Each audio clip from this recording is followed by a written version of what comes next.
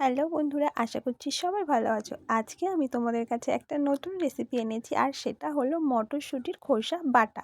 হ্যাঁ, আপনারা ঠিকই শুনেছেন, মটরশুঁটির খোসা বাটা। তো চলুন প্রথমে মটরশুঁটির খোসাগুলো ছাড়িয়ে নিই। তো দেখুন আমি কিভাবে ছাড়াচ্ছি, আপনারাও এইভাবে ছাড়িয়ে নেবেন। ভেতরে যে শক্ত জিনিসটা আছে এটা বার করে নেবেন, কারণ এটা বাটা হয় না। তো আপনারা এইভাবে ছাড়িয়ে নেবেন। এটা খুবই টেস্টি একটা রেসিপি, যারা খেতে জানেন না তারা একবার অবশ্যই খেয়ে দেখবেন, খুব ভালো লাগবে।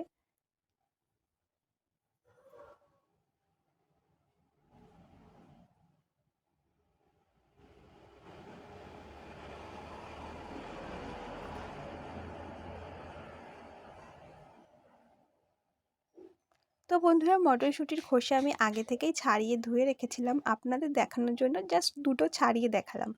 এবং এর সাথে আমি নিয়েছি চিংড়ি মাছ, রসুন আর কাঁচা লঙ্কা, আর সব কিছু একসাথে মিক্সিতে পেস্ট করে নিয়েছি। তো এবার আমি কড়াইতে দিয়ে দিয়েছি তেল, আর ফোড়নে দিচ্ছি কালো জিরে।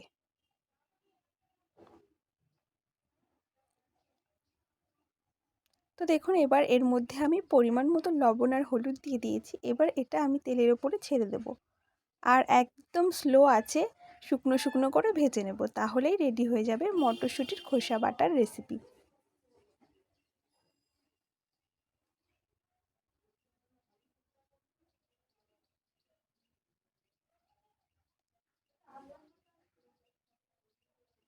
এবার এটাকে এইভাবে রেখে দেব, আস্তে আস্তে এটা ভাজা হবে।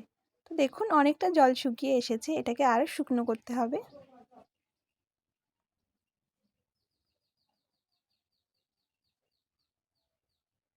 আর এর মধ্যে আমি দিয়ে দিলাম সামান্য পরিমাণে চিনি।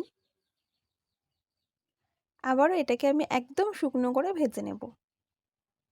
তো দেখুন বন্ধুরা, আমার মটরশুঁটির খোসা বাটা রেডি হয়ে গেছে, আর এটাকে গরম গরম ভাতের সাথে খেতে খুবই দারুণ লাগে। তো আপনারা অবশ্যই একবার ট্রাই করবেন আর জানাবেন কেমন হয়েছে।